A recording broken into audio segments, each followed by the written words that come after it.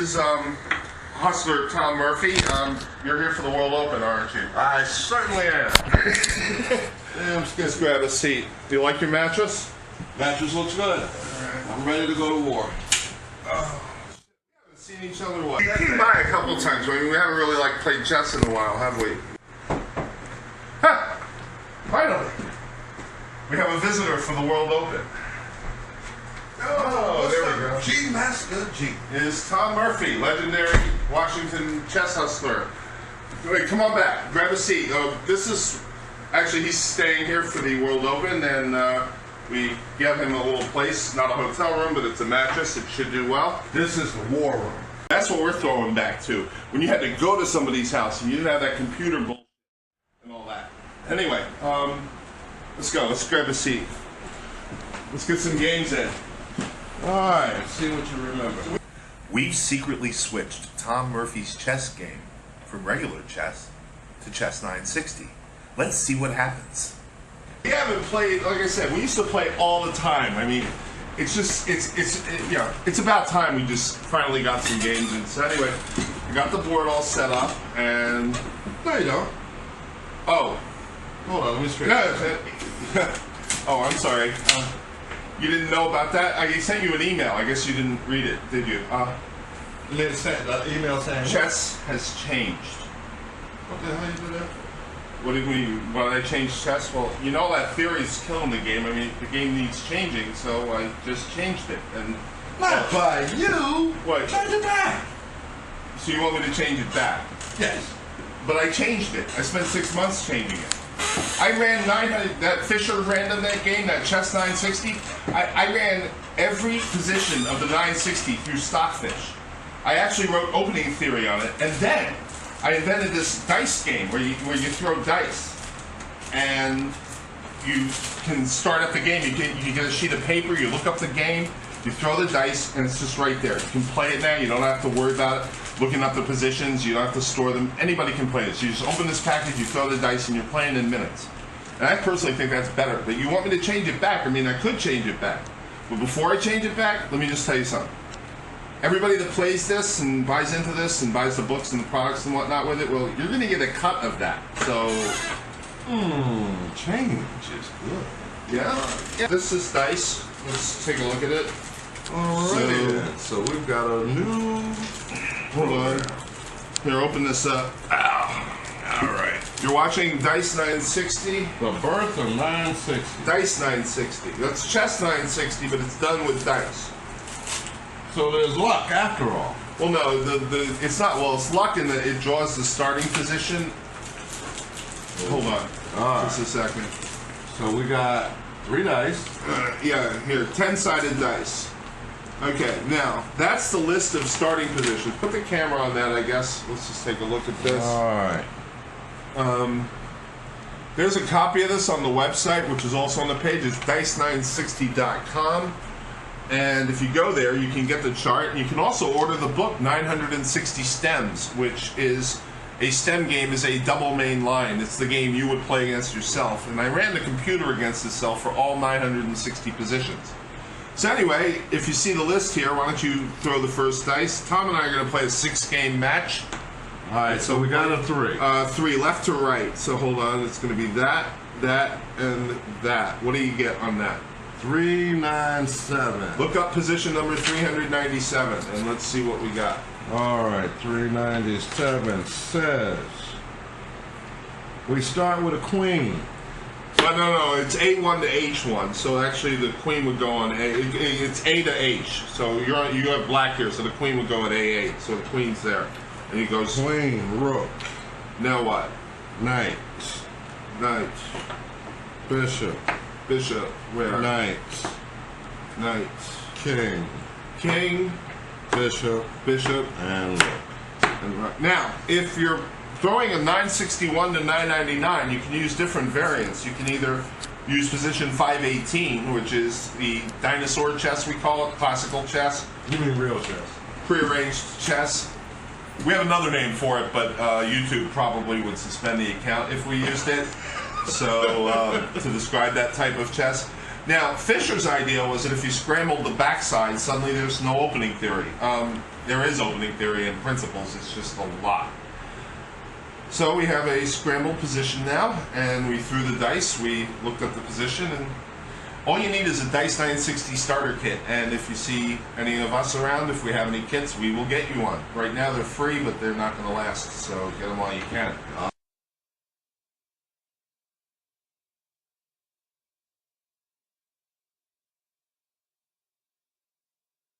And let's see what we can do here. All right, You've got first move. we look at the position. Now, Tom is a legendary hustler and strong in the middle game. I mean, he's played some excellent chess against lots of good players. What do you see when you see this position? I mean, what's your first impression? This is interesting. All I want to know is, how do I castle? All right, the castling in Dice 960 again. Now the king, the rules in Dice 960. Well, you don't have to because you'll have the pieces there. You don't have to know this, but the king has to split the rooks, and the bishops have to be on opposite colors. Those are the only two rules. For castling, the king either goes to G1 or to C1, like in regular chess. But if you castle kingside, for instance, here the king would go from F1 to G1, the rook would go there. On the computer, basically, you take the king and you tap the rook. That's why it knows you're not moving one square when you castle. If you go queenside, the king would actually leap over to C1, and the rook would go over to D1. Now, you do get some freaky things like inverted castling, where the king is here and the rook is here, and then the king goes here and the rook goes here, or the flying king, 5 squares. But now, how do you open this? Do you see? Can you make a plan? Can you look at this like a real chess position? Now, again, if you buy my book, 960 Stems, this position has been analyzed for several hours by a computer with human guidance. I could look it up, but again, are you going to memorize all 960 positions? There are some I call it collective strength, like their themes. Some moves are stronger than others, but again, we will take a look at this, and you're on your own at move 1 now. All right. So, as a hustler, what do you think? Do you want to do this? Let's go. Let's give this a shot. All right, let's go. So old theory. We're not discussing our hold. theory right now. Well, it might. That's the thing. I mean, at some point, control of the center and developing pieces still makes sense. Maybe it does. I don't know. I mean, we could do a quick flank attack. We could do a lot of things here. Hold on. Let me see where am I going for this? Hold on. Actually, the first thing I often look for are cheap shots. Knight up, knight there. Oh, that's a cheap shot. That clears. No, that's not a cheap shot. There's a knight protector. So without any cheap shots. Oh, is that the cheap shot? Yeah, that's the cheap shot. But then again, could it be defended? Yeah. I'm going to defend it. Yeah, it could be defended. All right. So you play it the same way you would play. I might. Well, maybe. I don't know. You still need to castle. No, I know what I'm doing.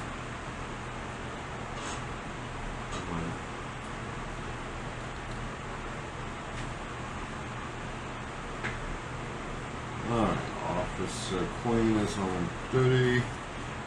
So is the bishop.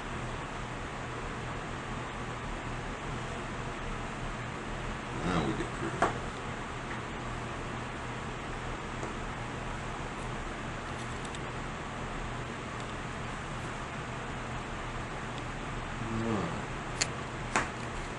Now we get creative.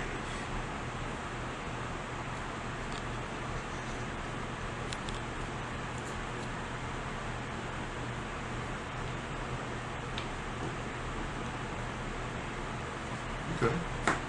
Get creative. In this setup, I'm not sure I really want a castle. I just want everybody working. Okay. Okay.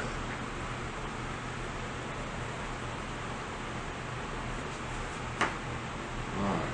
If pawn push yank, you can only put a bishop there.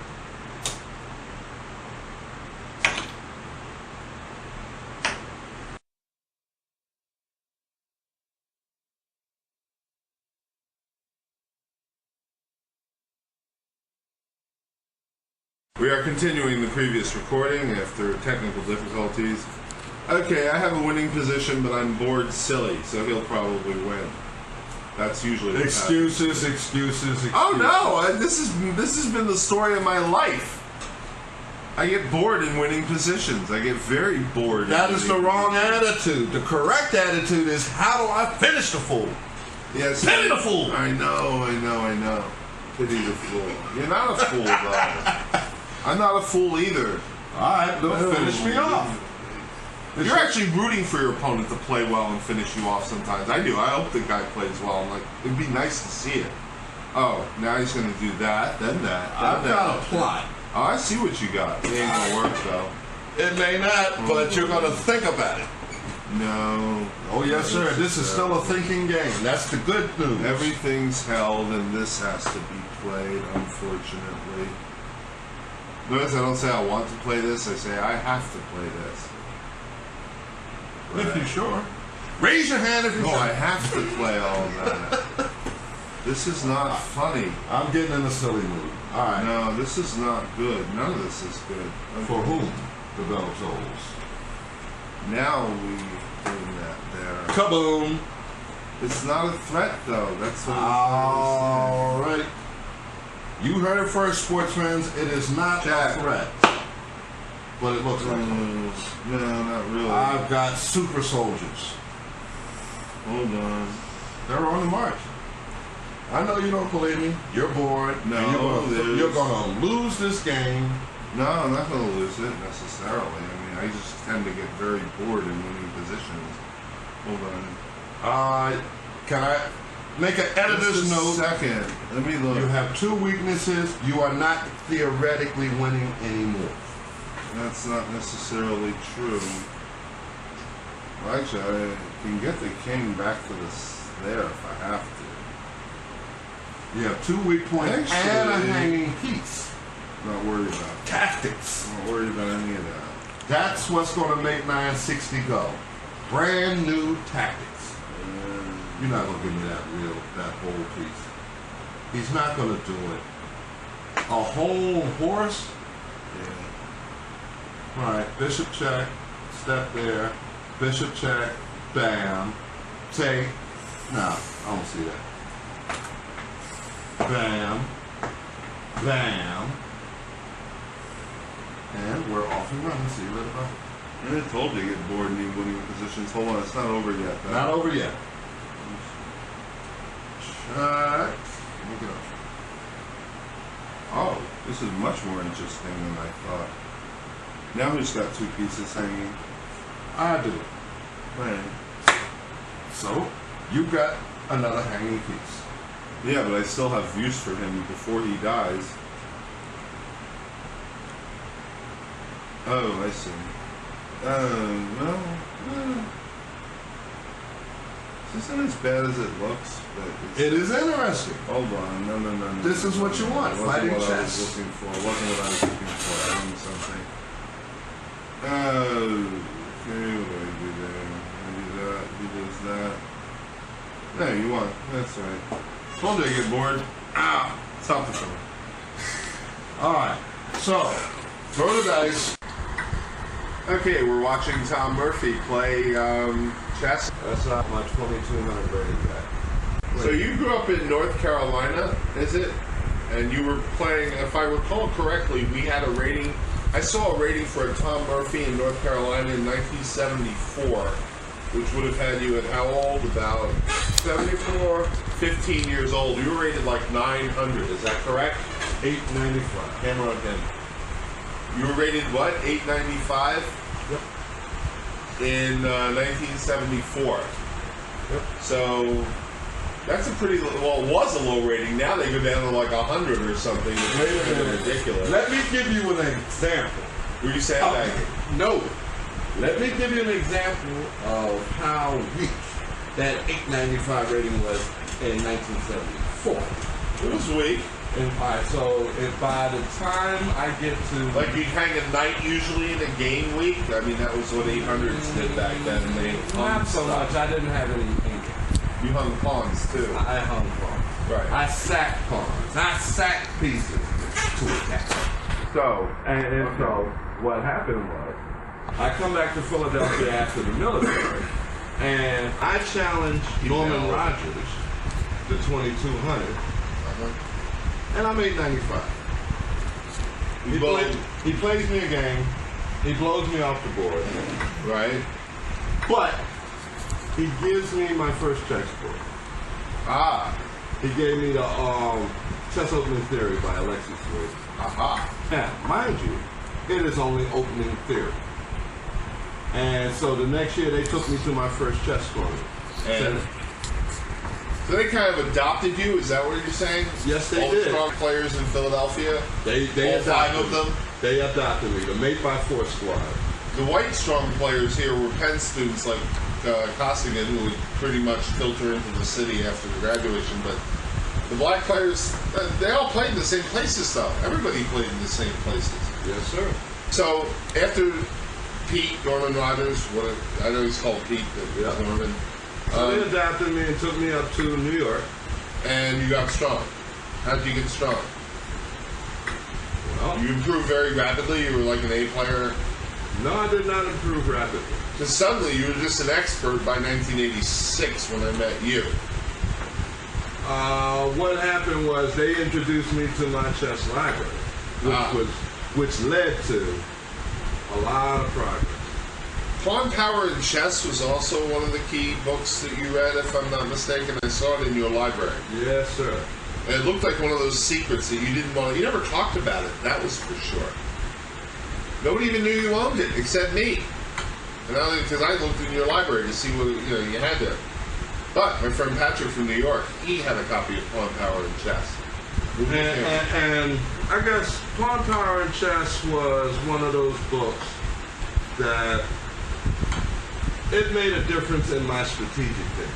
Well, Bach was a genius. I mean, you'd have the 3 pawns on the 3 pawns, and you could just shoot one through, so you could look at it and know without having to calculate it. Today, you can train 16 hours a day on the computer. You can find it. Look at this. He's playing world-class players anytime he wants.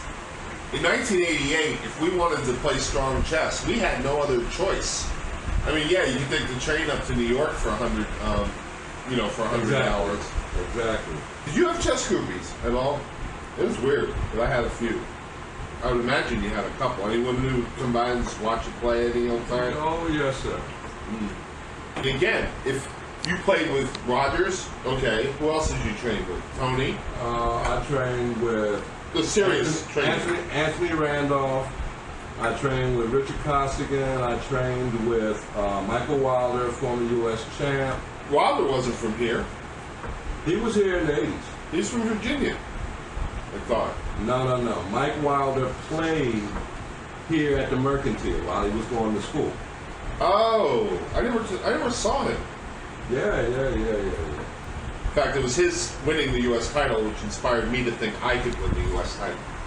So, I mean, In fact, Tom, it was your game that made me think maybe you're the one that should have been trying for the world title. I mean, I began to see your game and realize that even the strongest players in the world were having difficulty with you. So but most of your training came from the tournaments, the hustling, right? The World Open. That's where you got your exposure to the visitors, the strong visitors that you'll be playing this weekend. That is true. Right. So during the off season, what I did was I had my books. I would bury myself with the ECM and the ECO and the middle games, and I would sit and work my way through every middle game there. I would study openings, I studied rook endings, I studied queen endings. Tom would go around basically hustling or teaching or doing whatever he did back then. But if you wanted to play a strong game of chess, you had very few options. I mean, who could you play? So you named 3 or 4 players. There was me too. We played a lot. That's good. So let me ask you this. What? While you absorbed some of my ideas, what do you think about our interaction impressed you or made a difference in your chess career? I quit. I quit in 1991 because I didn't want to. Basically, I saw it's underappreciated players. Well, look at me. Okay. Well, in your game, I saw that you were like a stalking horse. You would sit about a neck or a length off of a horse. Stay just close enough not to get crushed in the opening, and inevitably the game would shift to a middle game where you would just dust him and run off to win. The reason I wasn't looking to beat you then so much as to just beat you out of the opening, and I knew at some point my technique would be good enough to just turn those into wins. But like you said, I get bored in winning positions. That's why I play very fast chess. I just don't like the game. I like winning at the game. So learning from you, what I learned was you understood positional superiority. Also, the lines you would play, you would tend to avoid the main lines, but try to do it in a way that was sound, unexplored. What I learned from you is just mow people down in the middle game is really the way to beat them. And also the middle game, you can play both middle games in theory, and it's not like somebody can learn your tricks. I mean, they can, but it's really a lot sounder because it's not some gimmick. But to get to that middle game, yeah, I mean, that's the bridge you have to cross, and that takes a repertoire. This World Open, 2016. Yeah. This is important to me because at 58, I am at that crossroads that you talked about. How much more energy do I have to devote to chess versus the reward I expect? This is about whether or not I continue to dream that I can win that tournament dream, or I just focus on my coaching and just chess as the quiet hobby. I'm marketing Dice 960. Yeah, but we all have different things that have brought us together today. Well, 960 is picking up in popularity, by the way. And anyone who wants to play Dice 960, well, anyway, that's enough for the product placement here. But I'm curious about the 80s. Like, you would go to these guys' houses. I mean, you brought them into my apartment out in 87 and shocked the hell out of my roommate. He lived with me for 3 months, 4 months. I had a little apartment there. But it's just weird. It's like you set up a chess club right in my bedroom. You guys just played everywhere like that? Or sometimes things just happen. You just switch houses. Or they came over to your place and did that. I saw them there, too. Oh, yeah, especially during the World Open. You put people up for the World Open. Did Tate stay with you during the World Open? What about Emery Tate, man? You knew him really well, right? Yes, I did. I met Emery Tate through him. I still don't think Tate... I think Tate let me win when I beat him at 5-2 in hustling, but I'm not going to say anything. Even if he did you enjoy that game? More important. If he let me win, no. But it wasn't that convincing. What makes you think you didn't earn it? I won. There's no fucking way I could have beaten him fair and square. At 5-2? No. Alright, we're back with Tom Murphy, legendary chess hustler. He's in from Chicago for the World Open, and he's here to promote Dice 960. The game of chess has changed a bit, and since he found out he's getting a cut of the action, change is a little bit better for him. Change is good. Change is good. We won't get into what he said before that, but let's move on here. Now, we're talking about chess in the 1980s, and we had...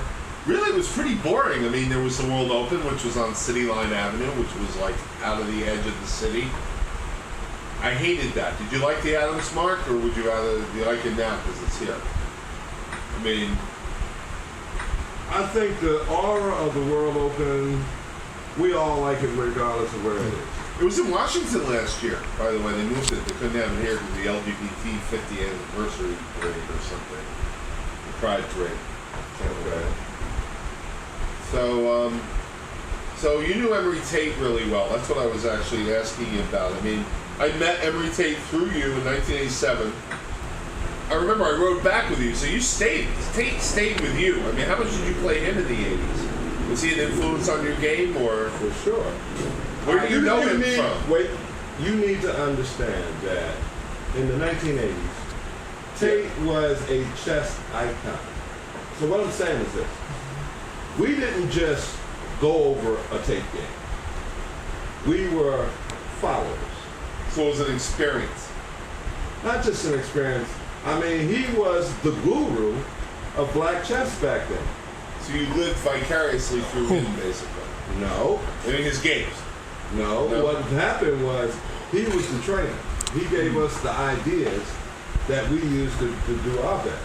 Ah. But I noticed you didn't even know what the Tate variation had. You didn't know that the Tate variation had caught on.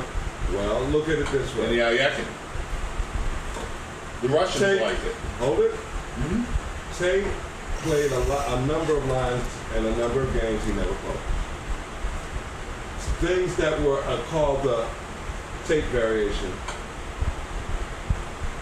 Now everybody didn't get to see it or know that it was attributed to him. Well, if you play A4 against the Alyakin after you've chased the knight with C4 over to knight B6, A4 threatening A5 threatening the knight is the Enrique variation.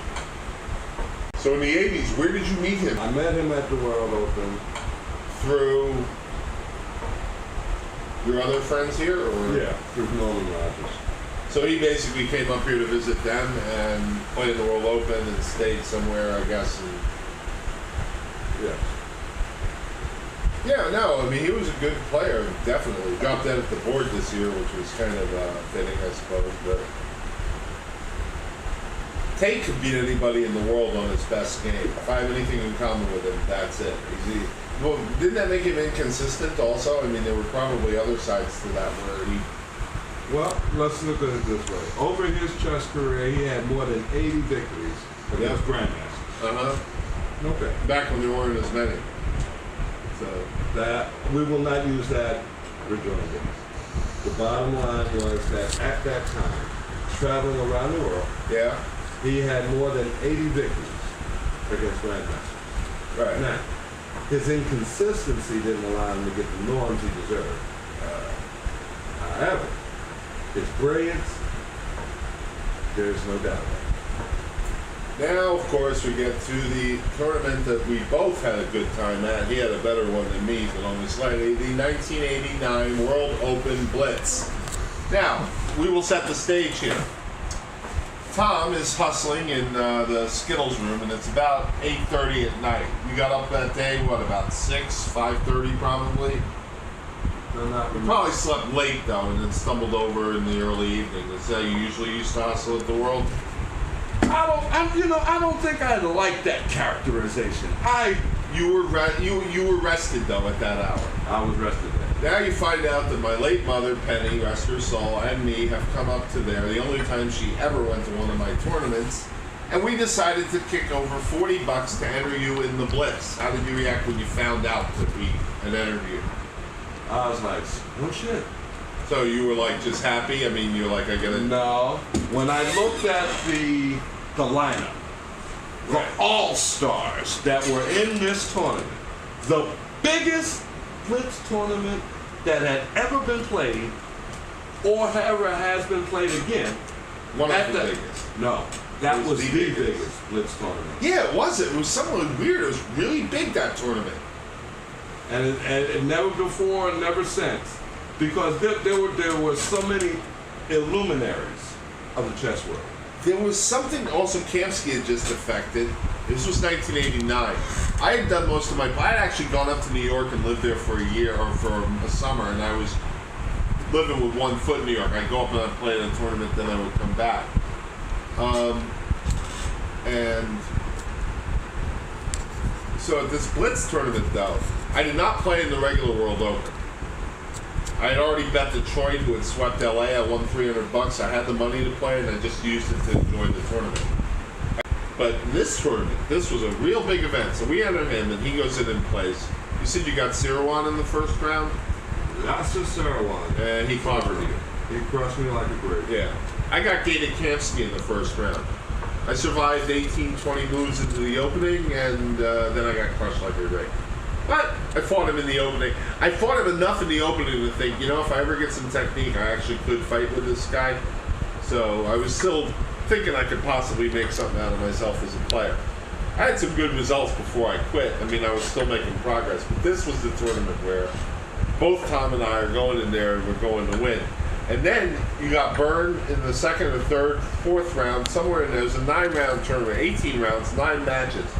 So midway through, you start playing. You played Byrne first or Sadie first? Robert Byrne. Robert Byrne, four-time United States champion Robert Byrne, former New York Times chess columnist Robert Byrne. Yes, sir. He's playing in the World Open Blitz, and he looks up on the board, and Robert Byrne now has to play Tom Murphy, and AKA the Total Fish. And he's like, "Who the hell is that?" Probably.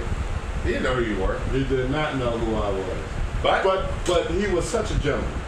Did he, when he started playing you, did he get a look on his face? It's like, oh, Like he realized he was in a fight, or I guess He kind of got the idea that he was in a serious dog fight. like yeah, you weren't just some average fish. Oh no. No. And he had a good attitude. He was like, he knew he was in for a serious dog fight. So you get by Byrne, and you're obviously cruising, and then you get Anthony Sadie, And he former walked- Christian friend. And he walks up to the boy and says, "Hey, you sure you want to go through with this?" Right. Now remember, Tom has not played in a serious tournament in 4 years probably at this point. So a lot of the community here probably did not expect to see a hustler from the Skittles room walk into the biggest tournament all in the world and pull this off. The World Open's already over. This is the last big event of the year in Philly. So in the last round, we both had to win to get prize money. I got a draw in my last game that cost me the prize of $300. You won the $300. You basically won your last 2 games, right? You clinched the match. Yep. And then you got $300. Yes, sir. Right. For $40 entry fee, which was pretty good. But it also shows that, you know, it's like, I liken it to the playground basketball players who could actually play in the NBA. Like the guys on 110th, those guys are as good as NBA players. Like Lloyd Daniels and them, some of them have played just as well in the park as they play in the NBA. And, you know, we're also much on credentials and titles. And now here's the next question. What do you think of this? I say, and I'm part of this Dice 960, and why I think change is good. Why is it blitz chess the official chess? Why are we rewarding slow chess? Isn't speed part of IQ? If chess is going to be a big sport, shouldn't it be a fast time control? That would be. I mean, if you were talking to a business person or a promoter, a marketer, Isn't a time is money. Isn't a 5-minute player more intelligent? Isn't it a greater test of skill? It might be a more difficult test of skill. I mean, I would think that the blitz player should be exalted over the slow player. Myself. Unfortunately, Problem solving is speed. problem solving and art. Remember, chess is part art. Yes, even now, even with the perfection that the computers do. But yeah, the World Open Blitz, in the 1989 World Open Blitz, he took down the $300 prize. When did people congratulate you after that? I mean, did you get people coming up to you randomly, like guys you had played, or? Well, Ray Dragon, one of the guys from the 8x4 squad, he was sitting next to me when Anthony Sadie made his famous comment. And he was like, "Man, I was hoping you'd kick that joker's ass." Yeah. Well, you were defending Philadelphia. I mean, our chess reputation was on the line there, and, you know. Well, according to him and a couple other guys, they said I did a marvelous job. Well, that's good. I like that. And that was good. I mean, it was just... To represent Philly, you beat a GM, you beat an IM, Right. you beat a bunch of senior masters, and get the $300. See, now that's the kind of memory a rich person can't have, because a rich person can't need the money. You have to need the $300 for this to really be a great experience. That Oh, it's a great $300 story. has to be the difference between you having no money and you having $300. See, that's was the thing. life. That's the thing a rich person never gets. Once you don't need money, you lose the thrill of getting money you need. And the general memory of a night like that, and for me it wasn't a great tournament, but it was great to see Tom play and just to, you know, not let money be a barrier between him and basically showing that he belonged there as much as anybody else. Those memories are worth more. I mean, if you're 80 and you've piled up a bunch of money, that's not really a good memory. That's just a memory that you saved money. When you have memories of great games, like Tate's 80 Grandmasters that he beat, or a tournament that you won, or, you know, those things are just, I think in old age, they're just better to have. I mean, because money is just going to go up and down anyway. So, 95 you came back and, or 2005 you came back and finished 15. It's a different game now. It's all delivered to, look at this, on your computer. Look how strong these players are. You'd have to travel to play them. You'd have had to arrange to play All right, them. now let's just say, this person here, Yeah. Mr. Orr, was from Iceland. There's no way in the world except for the internet. I could play somebody from Iceland, but I can't. Now, the difference between 1980s and the 2000s, now with the internet, I am enjoying. Someone said 2 years ago, someone that I sparred with in Chicago, and he said that for me, what he saw just in 2 years of watching my game, he said that a change came over my game, and it wasn't so much style or tactics, but it was an accumulation. He described it like this, and you may have met him. His name, he's a law professor at Purdue. David, he's a law professor. Anyhow, he says there are certain stodgy positions that drive him to distraction. He loses tournament games and other types, fast or slow. Right. In quiet positional lines where I excel. Right. He says that what he noticed is my stuff is efficient. Yeah. It's not flashy. It's not brilliant like tape. But I play a level of efficiency. You don't mess up. Not much. And you also know who you can beat, which is what a hustler needs to know. Well, even in my tournament game. So I played this Emory Tate Memorial. Yeah. And I get this game against this kid. Now he's like 1900. This is game 45. I feel like I ought to win. But then the computer says at the point where we trade queens, this kid's moves were like 2,300. And almost even position, stayed almost even for 20 more moves. And he didn't miss none of the moves. Right. He didn't miss nothing. According to Swordfish, we analyzed on the phone, it was a near perfect ending. Right. And I had a hard time saying, you know what, I'm mad. I just couldn't say that. Nor could I feel it. He beat you. He didn't beat me, we drew. You drew. Well, that's As a younger player, he felt real good about that. No, I imagine.